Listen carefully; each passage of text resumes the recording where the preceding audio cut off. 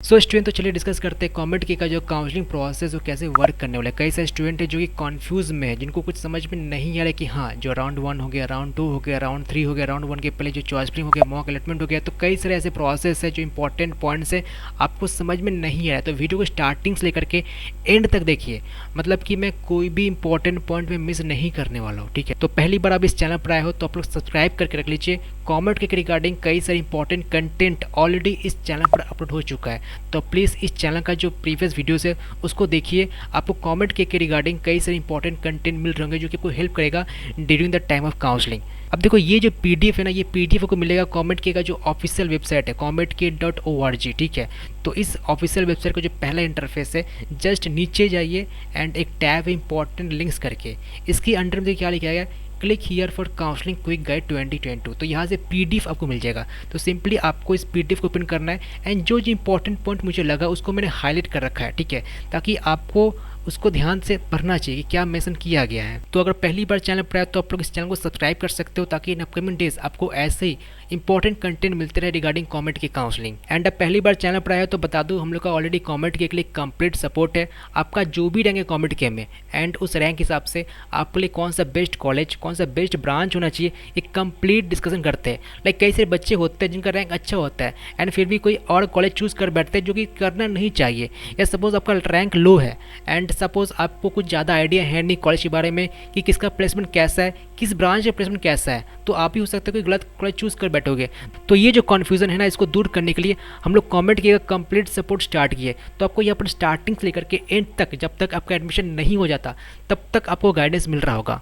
Counselling programme का जो detail से आपको दिख रहा होगा स्क्रीन पर, तो वीडियो को पॉज करके इसका जो डिटेल है आप लोग चेक कर सकते हो। एंड आप इंटरेस्टेड हो तो इस वीडियो का डिस्क्रिप्शन में लिंक मौजूद है, तो सिंपली लिंक पर जाइए एंड आप वहाँ से एनरोलमेंट कर सकते हो। तो चलिए जल्दी से स्टार्ट करते हैं क्या क्या बताया गया है। तो देखिए पहला क्या बताया गया है कि आपका जो क्लास 12th है, इंग्लिश कंपलसरी होना चाहिए, फिजिक्स एंड मैथमेटिक्स भी कंपलसरी सब्जेक्ट होना चाहिए, अलॉन्ग विथ केमिस्ट्री और बायोटेक्नोलॉजी और बायोलॉजी और इलेक्ट्रॉनिक्स और कंप्यूटर साइंस। तो ये क्लियर पॉइंट है कि फिजिक्स, मैथमेटिक्स एंड इंग्लिश ये 3 सब्जेक्ट कंपलसरी होना चाहिए। जो चौथा जो सब्जेक्ट है वो या तो केमिस्ट्री हो सकता है, या बायोलॉजी हो सकता है, या कंप्यूटर साइंस हो सकता है। The general merit candidate should have passed class 12th equivalent examination with minimum aggregate of 45% marks, 40% for SC, ST and OBC candidates of Karnataka state. देखो यहाँ पर जो SC, ST, OBC है ये बस डोमिसाइल बच्चों के लिए है जो कर्नाटका से बिलोंग करते हैं। In physics, chemistry, mathematics and should have passed this subject individually. ठीक है, एंड जैसे कि रजिस्ट्रेशन फीस पता है आपको काउंसलिंग के लिए 2000 है, ये नॉन रिफंडेबल है। ठीक है, सपोज आप एडमिशन नहीं भी लेते हो तो आपको ये नहीं मिलने वाला है, क्लियर बता देगा, नॉन रिफंडेबल। ठीक है, candidates who are ready to pay entire college fee at COMEDK level after allotment of seats. इसका मतलब क्या हुआ, इसको जरा ध्यान समझिए। ये जो बताया गया है कि who are ready to pay the entire college fee at कॉमेड के level after allotment of seats. Suppose आपको राउंड 1 में कोई सीट्स मिला तो आपके पास लाइक क्षमता होना चाहिए कि हाँ आप जो टोटल फी है कॉलेज का वो पे कर सको। सपोज अगर आप एक्सेप्ट करते हो, आप आगे बढ़ना चाहते हो, देन आपको टोटल फी पे करना ही पड़ेगा। सपोज 2.2 लाख हो सकता है या 1.8 लाख हो सकता है, depending upon the college and the branch. तो ये क्लियर है कि आपको टोटल फी पे करना पड़ेगा during the time of allotment of seats. अब ये देखिए काउंसलिंग का फ्लो चार्ट है। तो यहाँ पर क्या बताया गया है कि पहले तो आपको रजिस्टर करना पड़ेगा by paying ₹2000, then document upload करना पड़ेगा for verification and then verification के बाद you are eligible to participate in round 1। ठीक है, आप एलिजिबल हो जाओगे पार्टिसिपेट करने। जब तक आपका डॉक्यूमेंट वेरीफाई नहीं हो जाता तब तक आप आगे बढ़ ही नहीं सकते हो।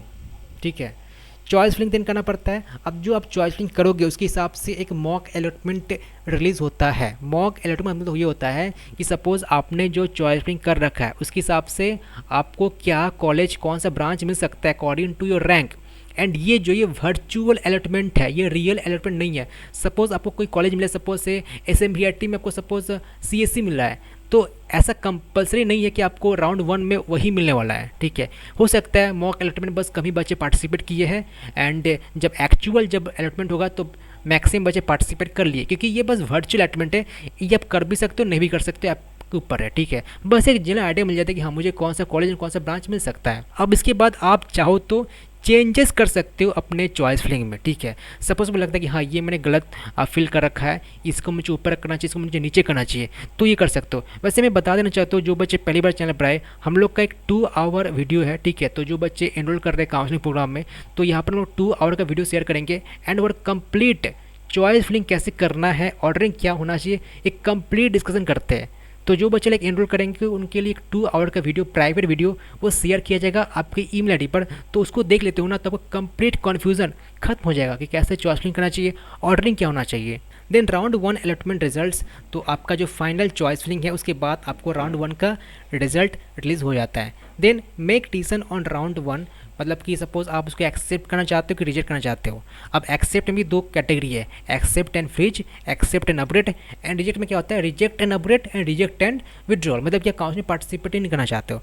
रिजेक्ट एंड विड्रॉल का मतलब ये होता है। Then participation round 2 and 3 is dependent upon the decision made during the allotment of round 1 and 2 respectively. Clear है। आगे ये बताया गया है, अब देखो जो स्टूडेंट मोबाइल से ओपन करे तो मैं आपको सजेस्ट करूंगा कि प्लीज़ मोबाइल के द्वारा आप डॉक्यूमेंट अपलोड रजिस्ट्रेशन का काम मत कीजिए। सिंपली लैपटॉप है घर में, डेस्कटॉप है घर में, तो उसके द्वारा कीजिए, अदरवाइज साइबर कैफे चलाइए, वो बेहतर होगा, ठीक है। स्कैन इमेजेस ऑफ डॉक्यूमेंट, आपको जो डॉक्यूमेंट स्कैन करना पड़ेगा। ऐसा नहीं है, क्या बताएगा, do not take photo of the documents in mobile for uploading. And जो डॉक्यूमेंट है वो जेपीजी, जेपीईजी और पीडीएफ फॉर्मेट में होना चाहिए। स्कैन करने के लिए काफ़ी अच्छा एप्लीकेशन है क्लियर स्कैनर। उस एप्लीकेशन को जो एंड्रॉयड लिंक है मैं डिस्क्रिप्शन में अटैच कर दूंगा, मतलब गूगल प्ले स्टोर से उसको डाउनलोड कर सकते हो। एंड स्कैन काफ़ी अच्छे से करता है, तो वो एप्लीकेशन द्वारा आप स्कैन कर सकते हो एंड उसको अपलोड कर सकते हो। Only candidates whose document verification status shows document upload will be eligible for further process, ठीक है। क्लियर है। You are requested to log in to application frequently to check for document verification status which could be any of the status mention below. अब देखो यहाँ पर बता दिया गया, ठीक है, किसका मतलब क्या होता है। वैसे कुछ भी डाउट है, वैसे मैं तो मान के चलो कि हाँ आप लोग समझ गए हो कि यहाँ पर क्या बताया गया। वैसे डाउट रह भी ज़्यादा तो प्लीज़ कमेंट कर दीजिए, मैं रिप्लाई कर दूंगा सही बच्चों को, ठीक है।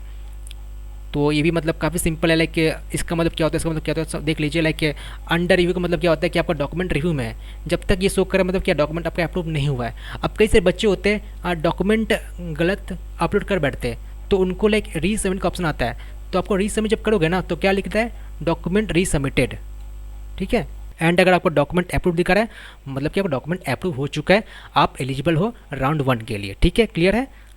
आगे क्या बोला गया है, document to upload for general merit seat engineering, ठीक है। तो वही कैंडिडेट्स ओरिजिनल आईडी प्रूफ। अब देखो यही देना जो आप एप्लीकेशन फॉर्म के टाइम पर जो दिए होगे। सपोज आपने आधार कार्ड मिशन कर रखा है एंड आपने कुछ और दे दिया तो एक्सेप्ट नहीं किया जाएगा। काफ़ी लोग ये गलती कर बैठते हैं। सपोज आप उस समय लाइक आप पैन कार्ड दिए हो एंड सपोज आप कुछ और दे दिए तो आपका रिजेक्ट हो जाएगा। तो कई लोगों को पता होता है कि मैं रिजेक्ट क्यों हो गया, तो रिजेक्ट इसके कारण ही वजह से होता है। आपने जो एप्लीकेशन फॉर्म में जो मेंशन किया था डॉक्यूमेंट, वही काउंसलिंग के बाद अपलोड करना पड़ेगा। Date of birth proof of candidate, तो पैन हो सकता है, पासपोर्ट हो सकता है, वोटर कार्ड हो सकता है, ड्राइविंग लाइसेंस और any other government ID proof, और 10th मार्क्स कार्ड और बर्थ सर्टिफिकेट। तो बेटर ये कि 10th का जो मार्क्स कार्ड है ना वो बस दे दीजिए, वो बेटर रहता है। 12 स्टैंडर्ड और इक्विवेलेंट मार्क्स कार्ड, तो देखिए क्या बताया गया है, CBSE candidates should upload marks card which shows roll number and school name and clear QR code, ठीक है। तो आपका सीबीएसई बच्चे हो तब तो पता चल ही गया कि क्या बताया गया है।